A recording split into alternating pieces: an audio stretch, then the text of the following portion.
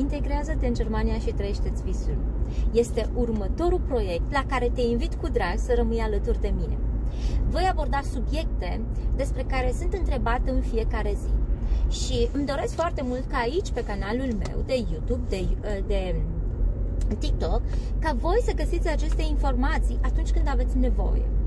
Așa că, nu uita, abonează-te la canalul meu dacă nu ai făcut-o încă și rămâi aproape, pentru că vom discuta în următoarea perioadă despre înregistrarea în Germania, ce este Anmeldung, contul bancar, ce cont bancar și unde îmi deschid contul bancar, contractul de închiriere a unei case, ce trebuie să știm acolo, ce să fim atenți în încheierea unui contract de închiriere, contractul de muncă, ce trebuie să știm despre contractul de muncă și după ce, când îl semnăm, da? După ce l-am înțeles foarte bine.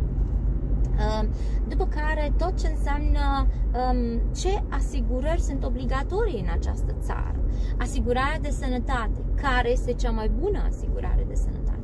Toate aceste subiecte sunt subiecte care